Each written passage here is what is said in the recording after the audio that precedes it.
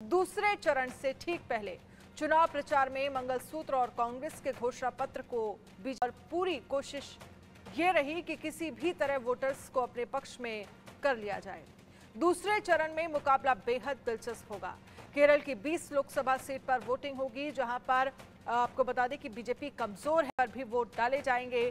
छत्तीसगढ़ और पश्चिम बंगाल में 3-3 सीट पर मतदान होगा, जबकि जम्मू कश्मीर की जम्मू लोकसभा सीट पर वोटिंग होगी। तो ऐसे में अपने आप पे बेहद खास है कल दूसरे चरण का चुनाव, जिसमें कहा जा रहा है कि लगभग 88 सीट पर कल वोट डाले जाएंगे। बिहार की 5, छत्तीसगढ़ की 3 और इसके साथ ही केरल की 20 सीटें हैं जिन पर कल वोटिंग होगी। तो 88 सीटें हैं। एक तरफ उत्तर प्रदेश में भी कल वोटिंग होगी, क्योंकि लगभग मेरठ जो है वो बेहद अहम माना जा रहा है और ध्यान ये रखने की ज़रूरत है और देने की ज़रूरत है, क्योंकि इस बीच हमने देखा है पिछले एक हफ्ते में जिस तरह से पार्टियों ने जोर शोर से चुनाव प्रचार किया है, क्योंकि पहले फेज में जो वोटिंग परसेंटेज था उसको लेकर तमाम चिंताएं जताई जा रही थी और ये अब इसीलिए ज़्यादा से ज़्यादा पार्टियों की तरफ से जनता से अपील की गई है कि बड़ी संख्या में घरों से निकले और वोट डालें।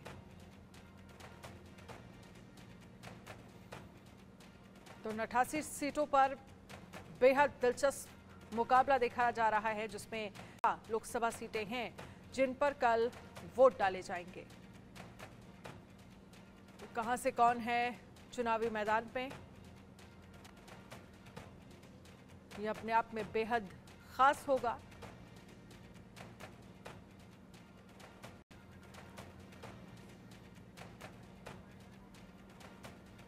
और कनिका कटियार इस पर ज्यादा जानकारी के लिए हमारे साथ लाइव जुड़ गई हैं। कनिका, बात अगर हम केरल की करें तो केरल की 20 लोकसभा सीटें हैं जिन पर कल वोटिंग हो।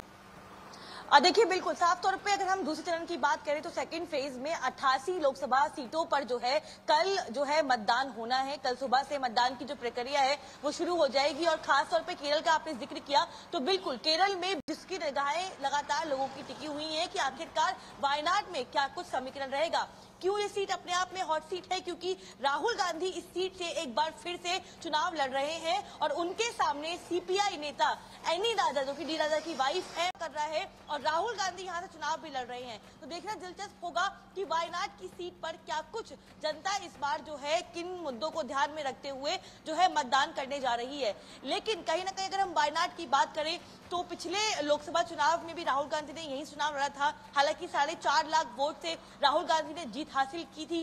इस बार जो है राहुल गांधी के सामने चुनाव लड़ रही हैं और इस चुनाव की बात करें तो तमाम तरह के आरोप जो है वो कांग्रेस पार्टी पे लगते आए हैं, चाहे वो मैनिफेस्टो की बात हो, चाहे वो मुस्लिम लीग का जिक्र हो, चाहे वो इंडिया अलायंस की बात हो। तमाम तरह के जो आरोप है वो बीजेपी लगातार लगाती आई है। तो जो नेता है एनी राजा वो चुनाव लड़ रही है। हालांकि बीजेपी लगातार जो है साउथ पे फोकस करने की कोशिश कर रही है। अगर केरल की बात करें, तमिलनाडु की बात करें, कर्नाटका की बात करें, आंध्र की बात करें तो बीजेपी का इस चुनाव को लेकर लक्ष्य जो है वो मिशन। शक्ति कुमार पटना से हमारे साथ लाइव जुड़ गए हैं। शक्ति, पटना की 5 सीटों पर कल वोटिंग होनी है।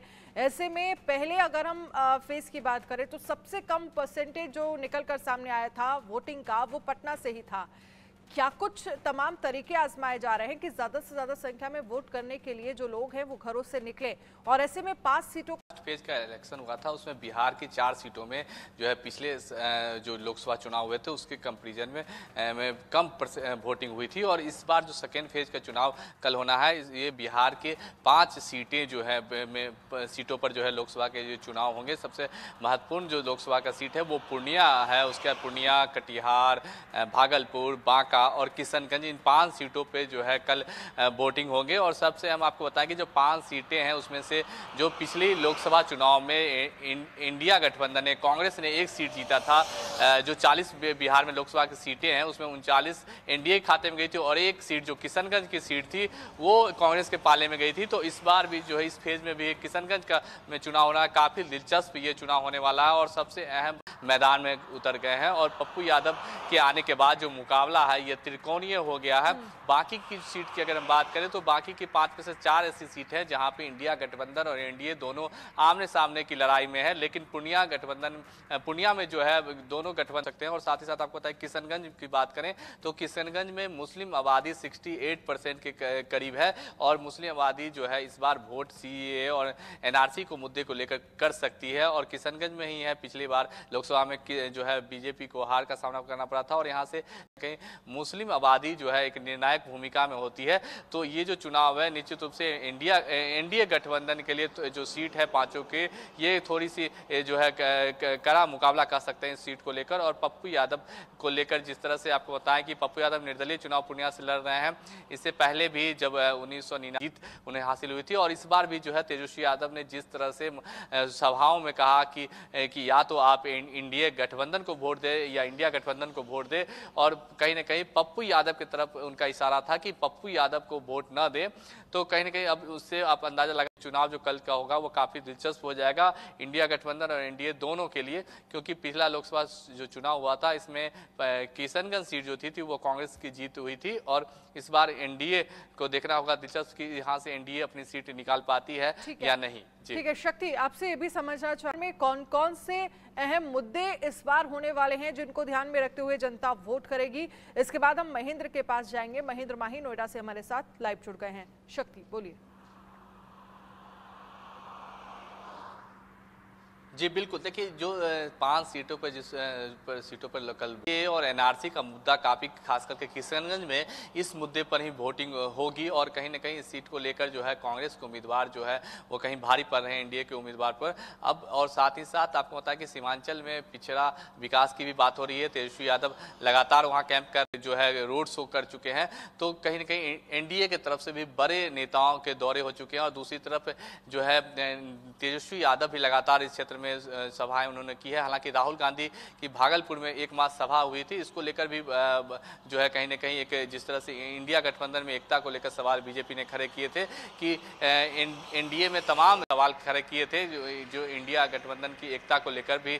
लेकिन फिलहाल अब जब राहुल गांधी भागलपुर आए थे तो इसको लेकर भी अब अहम हो गया है और खास करके जो चुनाव है इस बार प्रधानमंत्री नरेंद्र मोदी वर्सेज ऑल जो इंडिया गठबंधन है इसके बीच में हो गया है। तो कहीं ना कहीं के बीच हो रहा है न कि उम्मीदवारों को लेकर जो स्थानीय उम्मीदवार हैं, स्थानीय मुद्दे हैं वो कहीं ना कहीं इस बार चुनाव में बिहार से गायब नजर आ रहे हैं और जो मुद्दा है केंद्र को लेकर जो है इस बार मुद्दा है। जी चलिए शक्ति, आप हमारे साथ रहिएगा। महेंद्र माही के पास हम चलते हैं। महेंद्र, लगातार बीजेपी जोर शोर से प्रचार जो है वो केरल में करती रही है, ऐसे में बहुत ज्यादा महत्वपूर्ण हो जाता है क्योंकि दक्षिण में जो स्थिति बीजेपी की रही है उस तरह की स्थिति किसी भी राज्य में रही है, किसी भी राज्य में अहम रहने वाले हैं केरल में।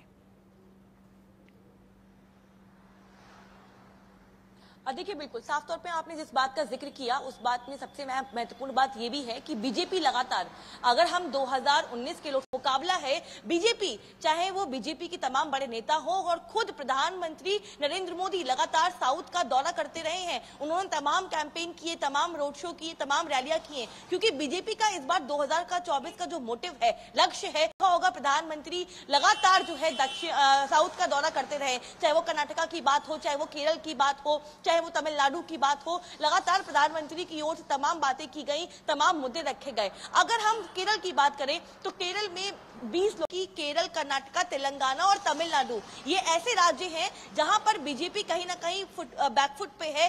वही बीजेपी चाहती है कि जो लोकल पार्टीज है उनको साइड करके बीजेपी अपना यहाँ पर कहीं ना कहीं पकड़ बना सके। और केरल की बात करें तो केरल में 20 सीट जो है लेफ्ट पार्टी, अगर हम केरल में बात करें तो अलायंस है नहीं, आमने सामने मुकाबला हो रहा है एनी राजा और राहुल गांधी का। अगर हम बाकी राज्यों में बात करें तो वहां पर लेफ्ट और कांग्रेस एक साथ चुनाव लड़ रही है। तो कहीं ना कहीं कांग्रेस पार्टी और लेफ्ट के लिए ये एक्सप्लेन करना जनता के वर्सेस यूडीएफ का होता है और ज्यादातर जो देखा गया है कि मुकाबले में जो दो पार्टियां हैं वो यही पार्टियां हैं। इसके अलावा मुद्दे की बात करें तो कहीं ना कहीं लोकसभा मुद्दे में पोलराइजेशन करने की बहुत कोशिश की गई है। तमाम बातों का लगातार बीजेपी कांग्रेस जाती है अधिकतर, खासतौर पर वायनाड की बात करें तो वायनाड में माइनॉरिटीज जो है, मुस्लिम लोग जो है वो ज्यादा है, यानी कि मुस्लिम बाहुबल्य ये सीट कही जाती है। तो उस देश में अगर देखा जाए तो कांग्रेस पार्टी के लिए लगातार कांग्रेस पार्टी महेंद्र माही नोएडा से हमारे साथ लाइव जुड़ गए हैं। महेंद्र माही, उत्तर प्रदेश की अगर हम बात करें तो कल नोएडा में भी चुनाव होना है, इसके बाद अमरोहा, मेरठ, बागपत, गाजियाबाद, गौतम बुद्ध नगर, अलीगढ़,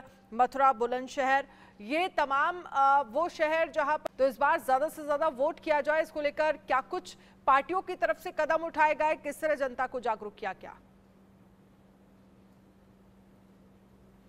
पहले चरण में पश्चिमी उत्तर प्रदेश में जो वोटिंग परसेंटेज कम हुए, कहीं ना कहीं तमाम जो पार्टियां हैं, चाहे हम जो बड़े बड़े नेता थे, चाहे हम अमित शाह की बात करें, योगी आदित्यनाथ की बात करें या रक्षा मंत्री राजनाथ सिंह की बात करें, वो जनपद गौतम बुद्ध नगर के लिए आए थे। और जो बीजेपी के प्रत्याशी है डॉक्टर महेश शर्मा, उनके विजय के लिए उन्होंने संबोधित भी किया था, जनता के लिए एक महा रैली भी की थी। मगर अब जो त्रिकोणीय मुकाबला यहाँ नजर आ रहा है, जो इंडिया गठबंधन का प्रत्याशी है डॉक्टर महेंद्र चाहते हैं, और पहले पूर्व में भी कांग्रेस से 2 बार विधायक रह चुके हैं सिकंदराबाद से, तो कहीं ना कहीं उनका दबाव ठाकुरों पे, राजपूतों पे रहेगा। क्योंकि जनपद गौतम बुद्ध नगर की बात करें तो ये गुर्जर, जाट और ठाकुर बहुमूल्य क्षेत्रों में गिना जाता है, और लगातार ये बार खबरें भी आ रही थी ग्रामीण क्षेत्र में कि जो भाजपा पहले इंडिया न्यूज आपको दिखाएगा क्या कुछ चुनावी समीकरण 88 सीटों को लेकर।